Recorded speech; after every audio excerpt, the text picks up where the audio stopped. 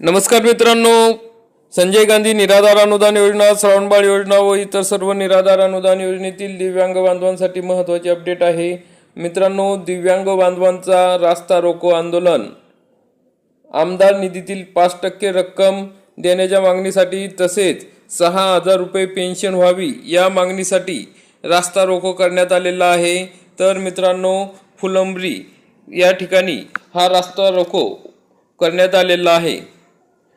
आमदार निधीतील 5% रक्कम देण्याची मागणी करण्यात आलेली आहे। आमदार निधीतून दिव्यांगांना दिली जाणारी 5% रक्कम देण्यास टाळाटाळ होत असल्याने प्रहार अपंग क्रांती संघटनेच्या वतीने बुधवारी 7 तारखेला दुपारी 12 वाजता फुलंब्री शहरातील महात्मा फुले चौकात रास्ता रोको आंदोलन करण्यात आले। अर्धा तास चाललेल्या या आंदोलनाने फुलंब्री छत्रपती संभाजीनगर राष्ट्रीय महामार्गावर वाहनांच्या दोन्ही बाजूने दूरवर रांगा लागल्या होत्या। प्रहार संघटनेचे जिल्हा सचिव कृष्णा गाडेकर व युवा जिल्हाध्यक्ष सुदाम गायकवाड, तालुका अध्यक्ष रामू खाकरे यांच्या नेतृत्वाखाली या ठिकाणी हे आंदोलन करण्यात आलेले आहे।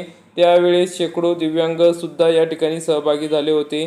प्रहार अपंग क्रांती संघटनेच्या तालुका अध्यक्ष रामू खाकरे यांनी 31 डिसेंबर 2025 रोजी गट विकास अधिकाऱ्यांसह तहसीलदार यांना निवेदन देत 7 जानेवारी 2026 पर्यंत दिव्यांग निधी वाटप करण्याची मागणी केली होती, परंतु यावर कुठलीही कार्यवाही करण्यात आली नाही। तरी आंदोलन करून सरकार विरोधी घोषणाबाजी करण्यात आली। येत्या 8 दिवसात निधी वाटप न केल्यास आमदार अनुराधा चव्हाण यांच्या घरासमोर निदर्शने करण्यात येणार असल्याचा इशारा त्यांनी या ठिकाणी दिलेला आहे। आमदार निधीतून 5% निधी हा दिव्यांगजनांना उपलब्ध करून द्यायला पाहिजेत असा शासन निर्णय आहे। हा निधी न मिळाल्याने दिव्यांगांच्या कुटुंबियांना विविध अडचणींचा सामना करावा लागत आहे।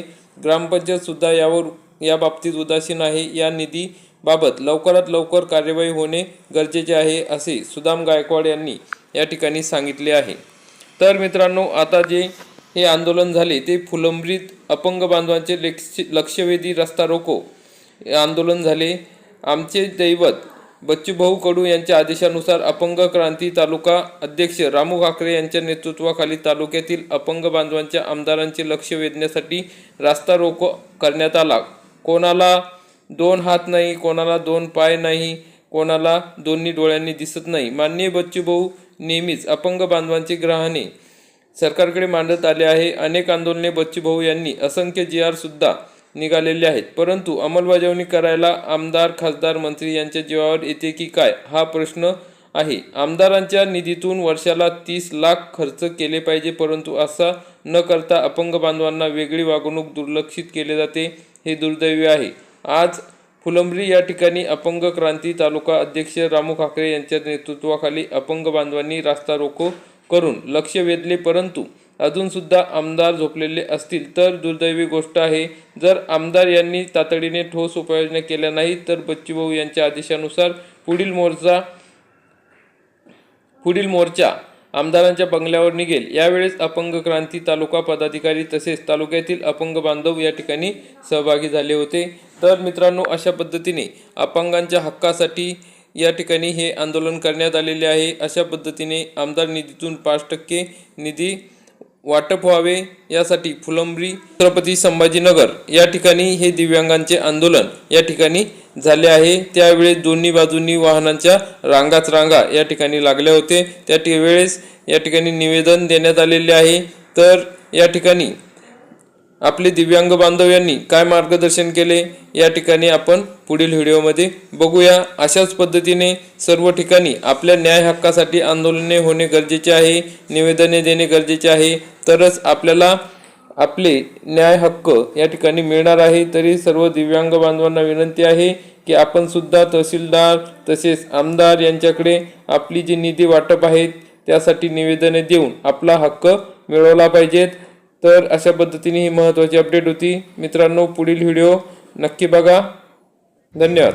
हातापायांना एकदम धष्टपुष्ट असतो त्या व्यक्तीला सुद्धा काही अडचणी येतात, पण आमच्या अपंग बांधवांना त्याच्यापेक्षा 4 पटीनं लढा द्यावा लागतो। त्यासाठी अनुराधा चव्हाणताई आमचे आमदार यांना माझी विनंती आहे की त्यांनी 5% निधी हा आम्हाला दिलाच पाहिजे। आणि त्यानंतर आमचे प्रहार संघटनेचे अध्यक्ष बच्चूभाऊ कडू यांना पण माझी विनंती आहे की जो आमचा त्यांनी 1,500हून 2,500 रुपयाचे मानधन केलं आहे, यावरून आम्हाला 6,000पर्यंत मानधन मिळावं अशी अपेक्षा आहे। आणि त्यांनी या अपंग बांधवांसाठी लवकरात लवकर मानधन, कमीत कमी आमचं 2 ते 3 महिन्यापासून मानधन मिळालेलं नाहीये।